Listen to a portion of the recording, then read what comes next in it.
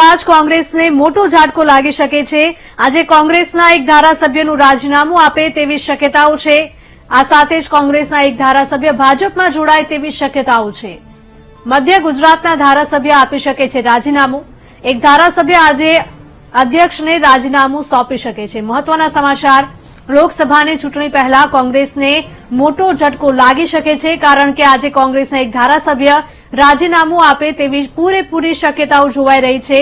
કોંગ્રેસના ધારાસભ્ય ભાજપમાં જોડાય તેવી પણ શક્યતાઓ છે।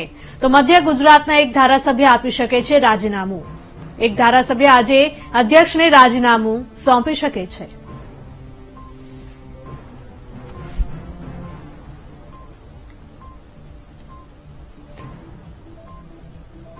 લોકસભાની ચૂંટણી પહેલા કોંગ્રેસને મોટો ઝટકો લાગી શકે છે, કારણ કે આજે કોંગ્રેસના એક ધારાસભ્ય રાજીનામું આપે તેવી પૂરેપૂરી શક્યતાઓ છે।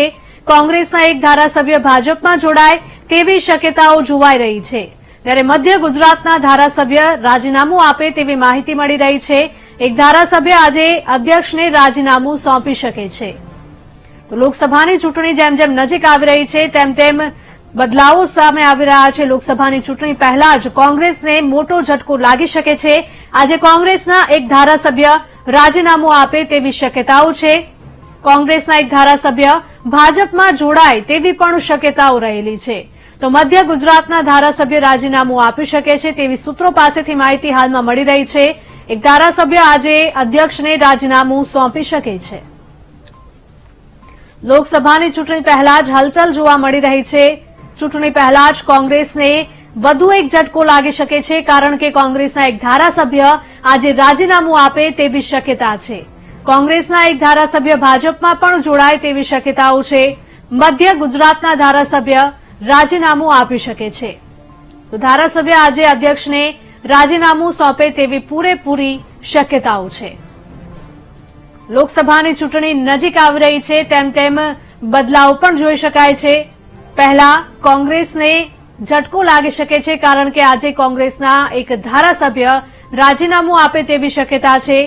કોંગ્રેસના એક ધારાસભ્ય ભારતીય જનતા પાર્ટીમાં જોડાય તેવી પણ શક્યતાઓ છે। મધ્ય ગુજરાતના ધારાસભ્ય રાજીનામું આપી શકે છે। તો એક ધારાસભ્ય આજે અધ્યક્ષને રાજીનામું સોંપી શકે। મહત્વના સમાચાર, લોકસભાની ચૂંટણી પહેલા કોંગ્રેસને એક મોટો ઝટકો લાગી શકે છે। સંવાદદાતા દર્શલ રાવલ જોડાઈ ગયા છે। દર્શલ, જણાવશો કે ચૂંટણી જેમ જેમ નજીક આવી રહી છે તેમ તેમ હવે કોંગ્રેસને એક મોટો ઝટકો લાગી શકે છે, કારણ કે એક ધારાસભ્ય રાજીનામું આપે તેવી શક્યતા છે। કોનું નામ ચર્ચાઈ રહ્યું છે?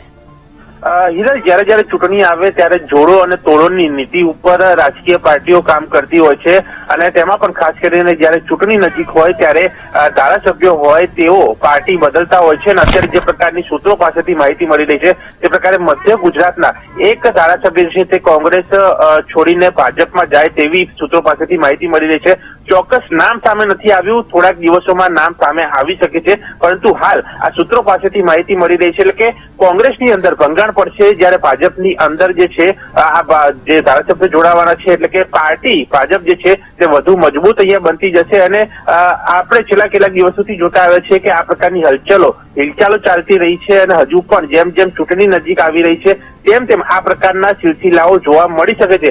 એટલે કે નવાઈની બાબત નથી, પરંતુ જે પ્રકારે ચૂંટણી છે એટલે તોડોની જોડોની નીતિ જે છે હાલ જોવા મળી રહી છે, અને તેની ઉપર પાર્ટી કામગીરી કરી રહી છે, અને દરેક પાર્ટી પોતાની પાર્ટી કઈ રીતે મજબૂત બને તેની પ્રક્રિયામાં લાગી ચૂકી છે। બિલકુલ દર્શલ, આભાર।